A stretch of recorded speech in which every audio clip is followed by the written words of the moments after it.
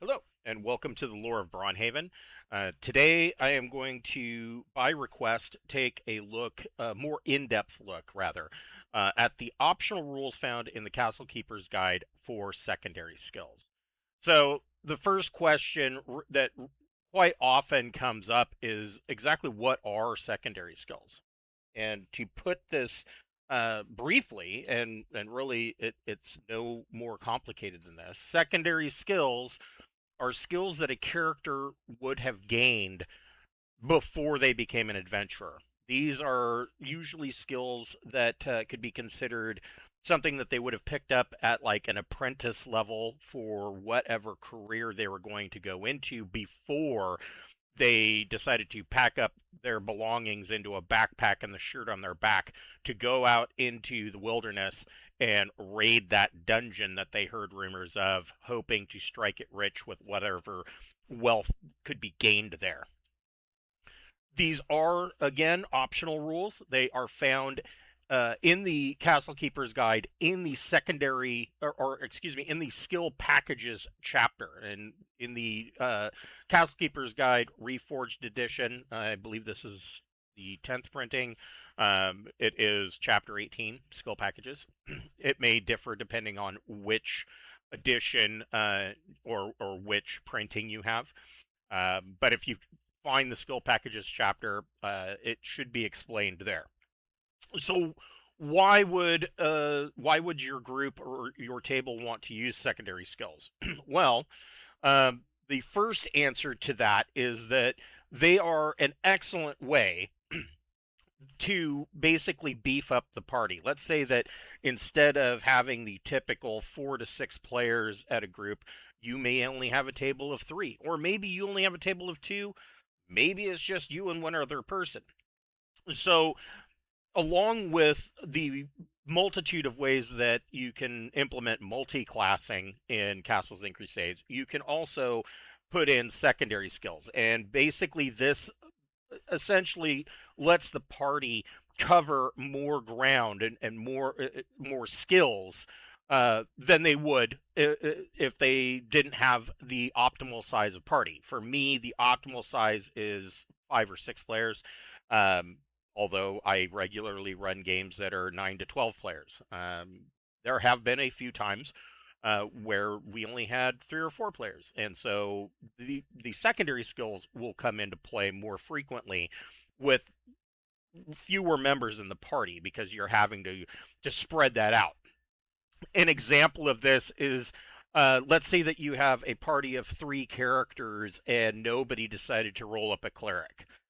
Well, they'll find that that character, whether it be a fighter or a ranger or even a wizard that has the secondary skill of herbalism, they're going to find them to be an excellent and welcome addition to the party.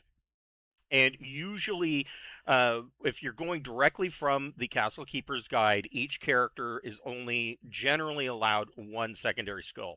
However, that's not written in stone. It's not hard coded, as with many aspects of Castles and Crusades.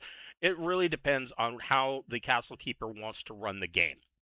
But when you go to the secondary skills list out of the Castle Keeper's Guide, they are numbered. So you can roll 2d12, and essentially you randomly pick one of the skills. I tend to like to allow my players a little bit of agency. They can select whatever skill that they want to take, especially if you've only got 3 or 4 players, and they are discussing amongst themselves what kind of classes they're playing, whether or not they're going to multi-class. This can go into that discussion as well. Who's taking which skill? What skills do we think are going to be most relevant? And so I allow people to pick. So then the question comes in is, how do secondary skills fit into the Braunhaven campaign setting? Well, there is a book that I did called Character Background Careers. And each of these careers uh, in Braunhaven, each career gives 2 secondary skills that are related to that career. And this is the example career.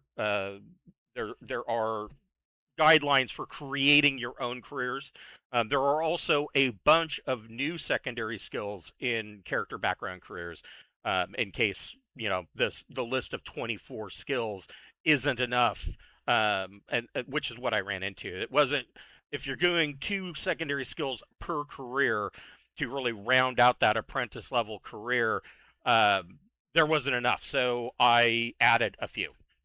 And so, what I generally have my character or my players do is they can go through character background careers and they can pick whichever career that they want. And this actually solves a number of problems all at once.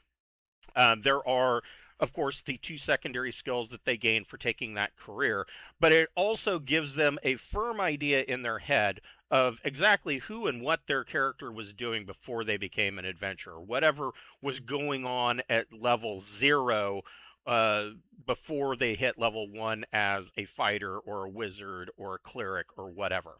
And it could be anything. It could be completely unrelated to the character class that they have chosen. And so once they select that, they have a firm idea in their head of what the character was doing. They don't have to write up a background. And technically, they don't have to write up a background ever. But usually, if they're going to do a character background, they know what their career was, they know what their 2 secondary skills were, and they know what their starting advantage was. And so moving forward from there, uh, it can form organically through role play. They may not know it on what their full background was on day 1, but they know that they were a rat catcher. And so by the time that they're level 3 or 4, just discussions in the party, role playing, they may have formulated, how they got into the rat catching career, what led them to leave that career, and it make if they're especially if they're doing a city campaign, those skills and knowledge of having been a rat catcher may serve them well, especially if they have to end up going into a city sewers, which is just a nest of rats. So by about fourth or fifth level, they probably have a pretty good solid idea of who and what their character is. So, as I said, these careers give a broader experience for apprentice level careers, and so then the question probably comes in: well, how do these careers and how do these secondary skills work with the siege engine? And it's really pretty pretty straightforward. Essentially, they work exactly the same way as class abilities. If the secondary skill comes into play, either the CK says, "Hey, make a check for this," or the character says, or rather, the player says, "I want my character to make an herbalism check or a forest lore check or what have you." The player rolls a d20. They add the appropriate attribute modifier plus their skill level, and if that is a prime attribute, that means that their challenge base is 12. If they hit 12 or higher, they succeed. If it's a secondary attribute, they hit an 18 or higher, they succeed. The castle keeper, of course, can always add a challenge level to the challenge base in more difficult situations. I have found, and this is actually a blanket statement across Castles and Crusades and Amazing Adventures as whole. In running those games, I have started to lean more against the not adding a challenge level. It is hard enough to hit 12 or 18 for those secondaries, 12 for prime, 18 for secondary. And adding a challenge level on top of that can sometimes be more punishing than it needs to be. You're going to see your player characters failing constantly. So I have kind of backed away from adding challenge level. One system I have kind of floating around in my head is to use a tier system. So at tier 1, you're talking about levels 1 through 3. Challenge level would always be 0. Tier level 2 is character levels 4 through 6, right? And so at tier level 2, challenge level would always be 1, and so on. And that I need to do some more testing on that, but that may actually work out.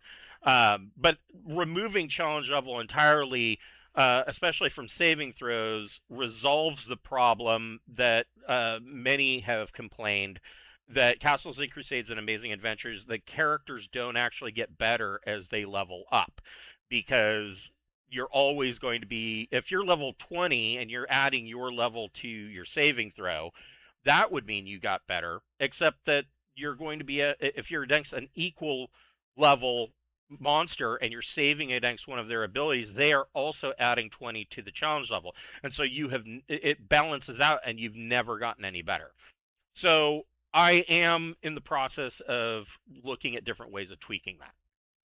I do think that the monsters and their abilities should be more difficult, especially at those astronomically higher levels. If you remove the challenge level entirely, the pendulum swings all the way from the one end where nobody is improving to the other end where everybody is godlike in their power. So maybe half level, or, I'm not sure. But like I said, I'm experimenting with the tiered system, and so that may be another video moving forward once I have that kind of firmed up in my head. So, are there exceptions to the secondary skills where you wouldn't add level? Well, according to the Castle Keeper's Guide, it says that if a secondary skill kind of overlaps with another class's ability, then you wouldn't add your level to it. It's just like anything else. If you have a wizard that is going to try to pick a lock, he's not a rogue. So if he's trying to pick a lock, he would just roll a d20 and only add his dexterity modifier. He would not get to add his level because it's just not in his wheelhouse to be a thief that is picking a lock. This would another example. This would play into the fact that if you had, say you had a halfling rogue that had the forest lore secondary skill, at no point would they ever be of equal to a ranger of the same level. The ranger as a class ability is always going to win out over a secondary skill of forest lore, and this is true across the board. The class ability is always more powerful than the secondary skill. So how do I interpret that in Braunhaven? Well, in my campaigns, I always allow a full use of the secondary skill. I just ignore that, and usually I have not seen a single instance where that caused acrimony or broke the game. All it does is it gives more people at the table more ways of solving a problem if there is a skill check that has to be involved. It allows them to essentially punch slightly above their weight. So let's go back to the character idea that has herbalism as one of their secondary skills. If you've got somebody, even in a party that has a cleric, if you have somebody else, let's say it's a fighter that has the herbalism skill, and they're able to sit there at the campfire and brew up an herbal potion that restores a very minute 1d4 plus 1 of hit points, that is more healing than they had without it. And it can literally make the difference between whether they are going to break camp in the morning and then go and continue fighting on through the dungeon, or whether or not they're going to have to take time and go back to town. Now, is it always such a bad thing to go back to town? No. If they got beat up that bad, they're probably going to need to repair equipment. They're going to need to replenish rations. They're going to need to buy arrows and bolts. They're going to need to buy, lamp oil for the lanterns. Going back to town is not necessarily a terrible idea. But if you have a group that wants to just keep going, or maybe you're not using wastage rules, which are optional as well, then that character that can brew up a 1d4 plus 1 healing herbal potion possibly save the party. It's the difference between going immediately back in the morning or having to take a day or two because your party needs to heal up. So that's my take on the optional rules for secondary skills. On the next episode of the Lore of Braunhaven, I'm going to do the same thing and take a deeper look at advantages and how they play in. And that, again, was also um, a requested episode. And so I will be taking a closer look at that. Thank you for watching, and I'll catch you next time.